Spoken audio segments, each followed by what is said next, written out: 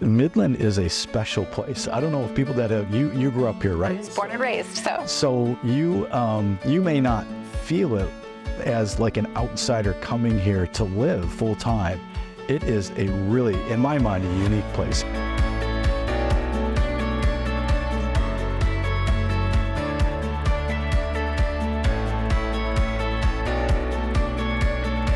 Hey MBA fans, we're so excited to bring to you today this video edition of our Economic Development Investor Spotlight.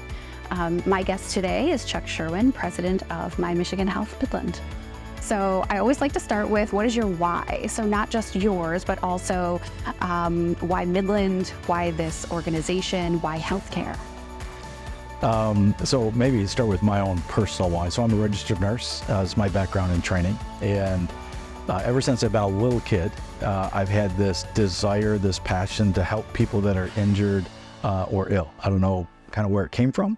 My mom was a volunteer in a hospital for a long time.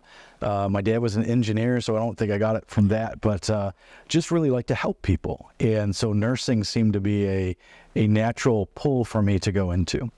And so I have had also a desire to provide more care to more people. So if you were to ask me what's my own personal mission or vision statement, it's provide more care to more people. And to be able to do that, so when I was a staff nurse working in the ICUs or the emergency departments, I would take care of just a few people a couple of days a week. And I always wanted to do more. So I found that you have to kind of move out of the bedside nursing and move into leadership and management positions to be able to take care of larger populations of people. And so I've been in Alpena for about 25 years and I've held lots of different positions up there. And as we joined the health system in 2016, it was always kind of this desire to, Midland is bigger, it provides more care, there's more services offered. And so very attractive for me to say, okay, this could be the next step for me to do something different and something bigger. And so as Greg Rogers was retiring and Brian Cross was moving into different positions, I was given the opportunity to come down here and be the president here at the hospital in Midland. I love that. So it's about depth of impact for you. It really is. So I'm a Rotarian. So I was a Rotarian up in Alpena. I'm a Rotarian here at the Noon Club. And the reason why I joined Rotary is because they're trying to eradicate polio. So polio is a disease, right? And it's like in 5 countries today. There's not many people that still have it. But it kind of gives me chills a little bit to say I have the ability to help and support a process that would eradicate a disease internationally. We've done it once in our history as the world, and so this would be the second disease that we're able to eradicate. And again, worldwide impact now, right? I have an impact on every single person in the world, and that's just how my brain works and how where I get my passion and my drive from. I love being a nurse. I love the interactions that I get to have on a daily basis with patients and family members of how we show up and how we provide care. And it just energizes me every day I go to work. I get to say I'm doing something for somebody that they can't do themselves. And that really brings a lot of joy and happiness to me. I love that. So it sounds like both with Rotary and with MyMichigan Health, strong mission, vision, and values. So certainly talking about, where you came from and your start in healthcare and your connection with that mission and vision and values is really important. So I love that. So to kind of talk a little bit about maybe the evolution of MyMichigan Health and rooting kind of your why in that history of how MyMichigan really came to be. I'd love to know kind of depth of impact, certainly being a part of that. How do you connect with? Yeah, so it's kind of MyMichigan has kind of gone through the evolution that I have gone through, right? It's they started here. Actually, this is our 80th anniversary here in Midland. So MyMichigan Health started here in Midland in 1940. We got some property from Grace Dow, donated 10 acres of land, which is where the hospital sits currently. Now we've expanded that on that property, but it was a 47-bed hospital, and they offered 3 services. They offered surgical services, kind of medical services, and obstetrics. And today we're a 324-bed hospital, so much larger, offer 80 different medical and surgical specialties. And then if you look even broader than that, we have 10 hospitals now in our health system, soon to be 13. So we're so excited that the Saginaw Hospital, St. Mary's, the Tawas Hospital, and the Standish Hospital will be joining us soon. So really, our health system has continued to grow as well and serve more people. I think so we don't have a mission and a vision statement. We have a purpose statement, which is creating healthy communities together. And as we get better at what we do, as we reach out and create connections and partnerships with organizations, I think people see how we show up and they want to be a part of that. And that's how we have grown as an organization. I was in Alpena in 2000, well, longer than that, but in 2016, we made the decision to join MyMichigan Health. And it was really because of the culture that we saw in this organization that just drew us in and said, this is something special. And just the way that they provide care, the way that they treat employees, the way that they interact with providers and the communities that they serve, we want to be a part of that. And I think that's why you've seen kind of this organic growth of MyMichigan Health, specifically over probably the last 10 years. It started back when Clare Hospital, which was an independent hospital, joined with the Midland Hospital, and they formed a health system called Mid-Michigan Health. And then I think the Gladwin Hospital came on, then the Alma Hospital, then Alpena, then West Branch, and Sault Ste. Marie, and now 3 others. So we continue to grow, and I think we'll continue to grow as people see that we show up differently than many. I think we're recognized for the quality of care that we provide. Matter of fact, Forbes magazine has recognized us twice now in the last 2 years as the top employer in the state of Michigan, or one of the top employers in the state of Michigan. We get numerous awards about our quality and our safety. So it's an exciting place to work. With Dr. Watson as our leader, a tremendous leader that cares deeply, again, about how we provide care and really trying to drive quality initiatives and patient expectations through our organization. And so she, as a physician herself, has just done a tremendous job of leading our organization through some pretty difficult times. And we've had the death of Diane Posser-Slattery in a plane crash. Greg Rogers then took over, and he retired about a year after that. And Lydia's just doing a tremendous job of helping us navigate healthcare and allowing us to get bigger and grow and provide more care. And certainly that, depth of culture, that incredible organization culture is something that is so important during times of change. And I can't think of another industry that has been forced to go through as much change as healthcare. So I appreciate that very much. So I want to shift just a little bit. One of the questions that we like to ask our leaders is around your first exposure to Midland. Sure. And we jokingly refer to that some of our folks, when they first come to Midland, that they get the Jurassic Park tour, that you just kind of drive around in someone's vehicle and, point to the different assets, if you will. So I'd love to know about your first time visiting Midland, and what was that like? Well, it was in the height of the housing market. So my wife and I were a little bit panicked of trying to find a house because we were moving here. So that was kind of a neat experience. So we got to meet a couple of different realtors, and took us around the town. So we got to see different places. I think for me, a couple of experiences. So last year, I was able to participate in Leadership Midland, which is an MBA program, Midland Business Alliance program, and was able to interact and get introduced to 20 or 30 other community leaders, not just from here in Midland, but throughout the region. And so for me, that was very helpful professionally to get to know some people. Sure. And as an individual in the community, get to know the community better and what it offers and the resources that are here. Midland is a special place. I don't know if people that have, you grew up here, right? I was born and raised, so you may not feel it as like an outsider coming here to live full time. It is a really, in my mind, a unique place. It mixes a really cool culture.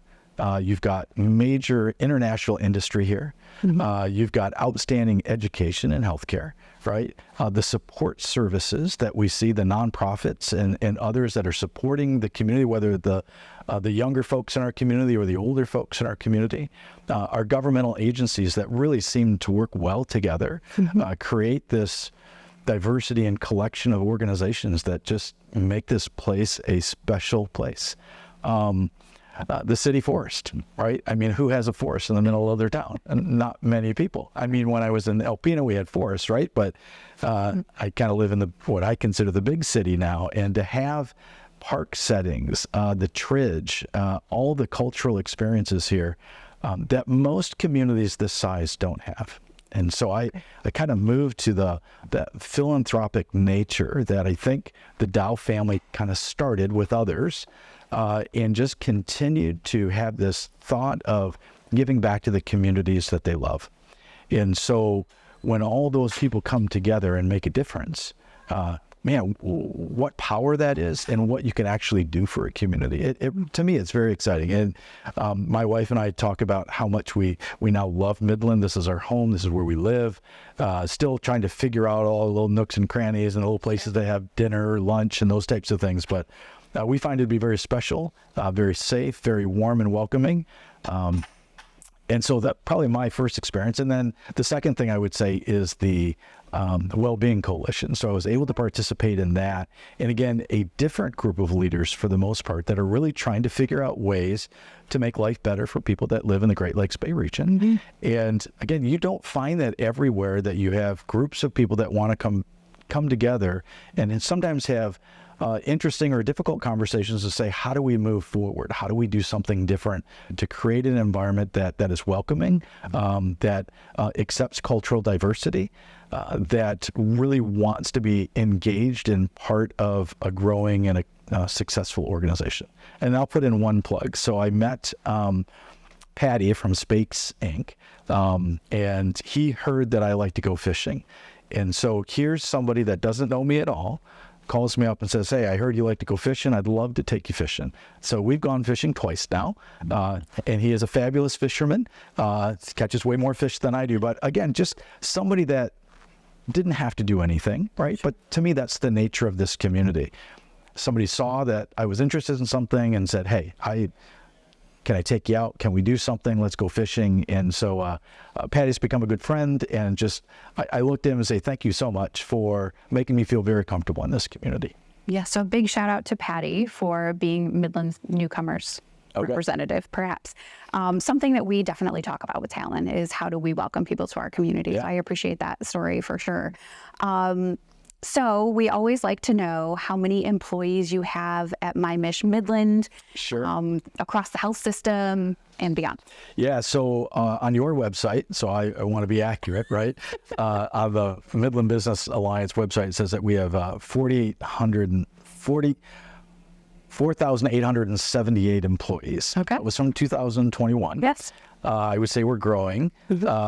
In Midland, so we'll do special events, so we'll buy something for employees, and usually we're buying about 3,000 items here in Midland. Mm-hmm. All right, not everybody works every day or every shift types of things. So we have about 3,000 that work right in the hospital setting, but there's probably about 4,000 in the community. We have, I think, a little over 10,000 in the health system now. Huh. And now with the Ascension North hospitals, those three hospitals coming online, I think we're adding another 2,000 or 3,000 employees. So wow. We continue to grow. Yeah, absolutely. It's a big organization to try to know everybody's name. That's wonderful. So I'd love to know, maybe we'll go a little bit different. Tell me about one unanticipated challenge or skill set that you had to develop in this current role. So as you were growing into your role here at MyMichigan. Yeah, so healthcare is interesting from the perspective of you can have a provider, a physician that wants to live and work here and does a great job, and then makes a decision to go somewhere else. Mm-hmm. Whether they want to expand their career, whether there's a family move, whether just something changes, and so really trying to stay focused on how do we make sure that not only do we retain the people that we have, and it's not just providers, it would be employees as well, but recruitment and retainment is important. And I know that's something that the Midland Business Alliance thinks about as talent and attraction, right?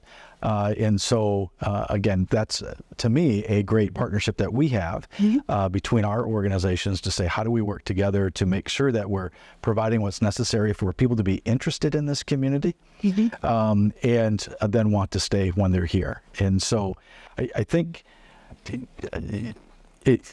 physician recruitment is difficult.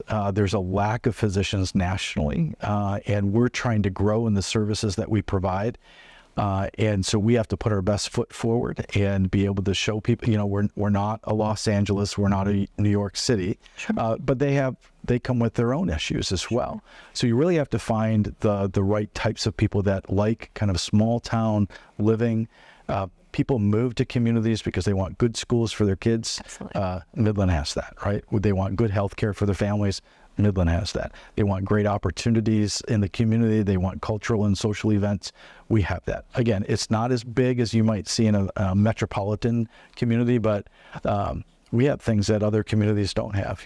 Communities our size don't have an art center, right? That puts on the productions that they do. So I think that's one of the hardest things. And then, through the COVID pandemic, although that was transitioning when I got here, that's another one that we learned that we can do things differently and we can do things faster than what we think.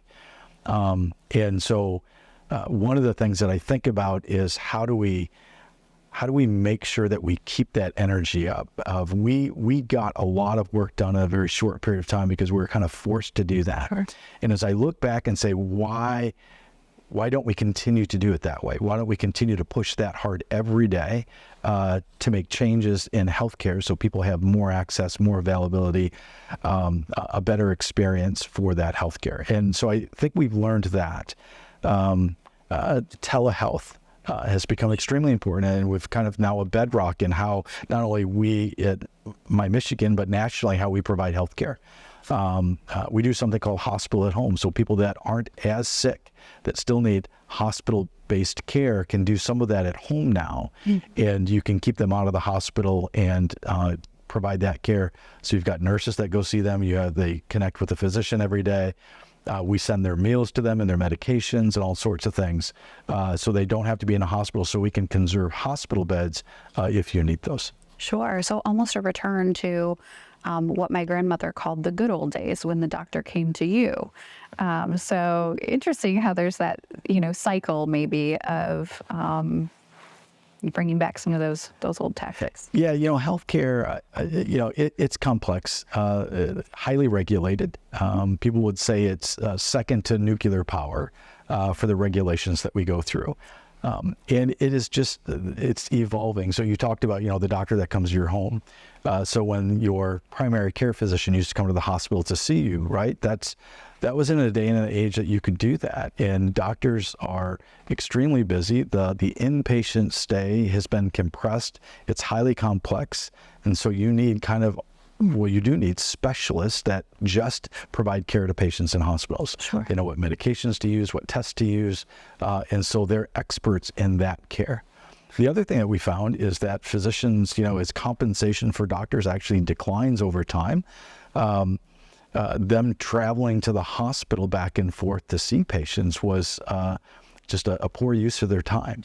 When I was up in Alpena, you would have a doctor that might live 45 minutes away. So by the time they drive here, see a patient, drive home or back to the clinic, that could be a half a day to see one patient. And in today's environment, efficiency is important. And so we want to make sure that physicians are in the right places at the right times. And so we've seen a lot of transitions of care being provided differently today than what you would have seen 20 years ago. I think it's stressful for patients that have gone through that transition, right? I want to see my own doctor, but I would also say that the care is more consistent, it's more accurate, and it's more timely. That's great. So since you've been in Midland, you've had a few projects going on over at the hospital, just a little bit of change. I would love to know maybe what's been your favorite project or initiative. I know I'm asking you to look at a broad range of things that you're involved in, but would love to know what your favorite's been. Sure. So I've been here just over 2 years. And so two projects that would come to mind: cardiovascular services, and that was completed before I got here, and we're just kind of doing the finishing touches on it, but it's really the Party Wellness Cancer Center, right? Part of my history when I was in LPN, I ran a cancer center. It was a joint venture with the University of Michigan. So it's kind of cool that it's, full circle. We're back with the University of Michigan. And the way that we were doing it in Alpena was probably different, and I would say maybe a little bit better than what we were doing it in Midland. In Midland, if you had a cancer diagnosis, the average patient that needs to have treatment of some kind, that is a cancer diagnosis, will see some kind of a provider, a medical provider, or have some kind of a procedure or a test 100 times in the first year. So here in Midland, you might have to go to 5 or 6 different locations, interact with 5 or different staff, park in 5 or 6 different places.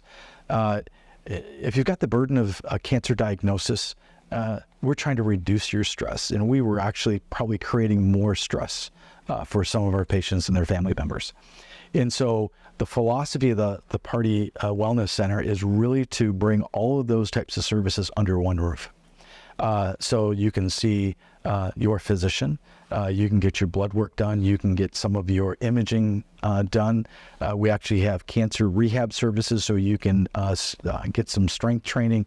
We have nutrition services. We have radiation oncology, so if you needed that service, it's right there as well. We've connected with Cancer Services, which is a local cancer support group here in Midland, and then the Party Cancer Services, which provides some financial support to people that are going through a cancer diagnosis.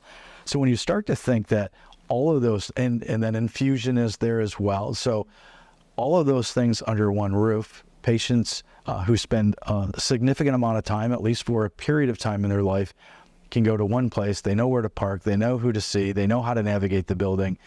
That just reduces some stress. And we're providing some additional services that they never had before. So the rehab services, the nutrition services, some of the genetic counseling that we do now. So for me, having family members that have gone through a cancer journey, it's so important that we provide a wonderful, warm, welcoming place that they can have that. And our community recognized that as well. So some of our foundations gave significant dollars and community members to support the Cancer Center in a way that it's designed. So when people come in, we don't make it to be a wow factor, but we want it to be warm and welcoming for people that they come in. That's one less thing that they have to think about as they're going through that cancer journey. Absolutely. So really proud of that. Just some of the expansions, some services, the Bay City Emergency Department is just meeting all expectations for us, exceeding our expectations of what we thought. And so just different things like that are really cool. And we've got some other things on the horizon of brand new procedures that we've never done before to try to keep the care local to the communities that we serve. I think many people probably don't realize that about 40% of the patients that we serve today are not from specifically the Midland area. And I've had conversations, some people are okay with that. Other people really, I want you to be here for the hospital for the Midland folks. And we are, but we wouldn't have the services today that we have if we weren't attracting more patients from the regions that we serve. So we want to make sure that if a patient in Alpena needs a certain type of care that they can't get in Alpena, that they would want to come here.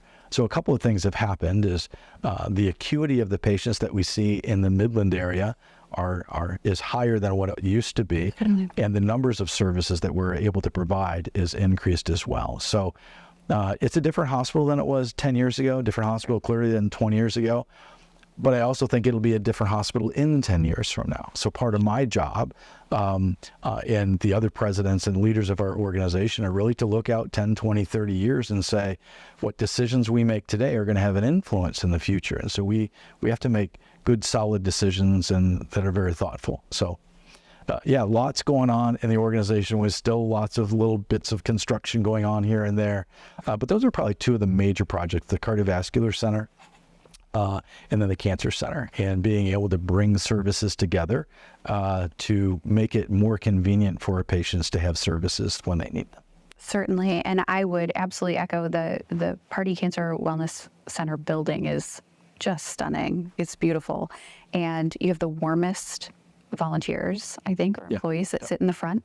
They are the sweetest humans. So it's always nice to see a friendly face. It's interesting. We had so coming from Alpena, we had some family members from Alpena come down and saw our grand piano in the front entrance of the hospital. And said, we need that in Alpena. And so they talked with Denise O'Keefe, who's our director of our foundation, and said, how do we make this happen in Alpena? So now Alpena has a little baby grand piano that plays music, which is just another kind of a comfort for patients as they're entering the building. We now have one in the cancer building as well, the Party Cancer Center, because somebody saw it, heard it, and said, gosh, we should have something in this part of the building as well. And so people in this community want to do things, and many times it's a financially supporting something to make the lives of somebody else better. And again, that's Midland, right? That's how we show up and how we care for each other. We're willing to work hard and put our dollars that we earn toward the betterment of other people. And again, I keep going back to, this is a wonderful place to live. It's a pretty incredible it is thing to experience, for sure. So I love to read. And so I am always reading something, listening to something, trying to get inspiration from others. And certainly, the leaders in our community are always ripe with plenty of suggestions. So I would love to know what book or podcast or leader you're listening to or connecting with. Sure. So there's a book right now. I think his name is Daniel Kahneman. Think Fast, Slow. So it's really about kind of the psychology of the brain and how our brains work, and how we have the ability to assimilate lots of information and how we can make better decisions. And so that's kind of a management book, right? That's mainly what I read, but that's the one that I'm currently reading. Most of it's audio books. I said to somebody the other day, I was listening to a book on tape, and they're like, what's a book on tape? Right? So I'm showing my age a little bit, but being able to think about how we make decisions and how we show up and how we assimilate all this information that's in front of us. So that's that book, Think Fast, Slow. And it's been a good read so far. But I think a piece of us being leaders is continuing to try to gain knowledge and experience and educate ourselves. And there's lots of different ways to do that, right? Reading is one of them. But so that's the book I'm reading right now, and just trying to continue to force my brain to think differently of how I show up and how I make decisions. Wonderful. I appreciate the recommendation. We'll put that on my list. Well, thank you so much for your time today. I really appreciate you spending, some time with us here in front of the new MBA fireplace. And for all of you watching, look forward to seeing you next time.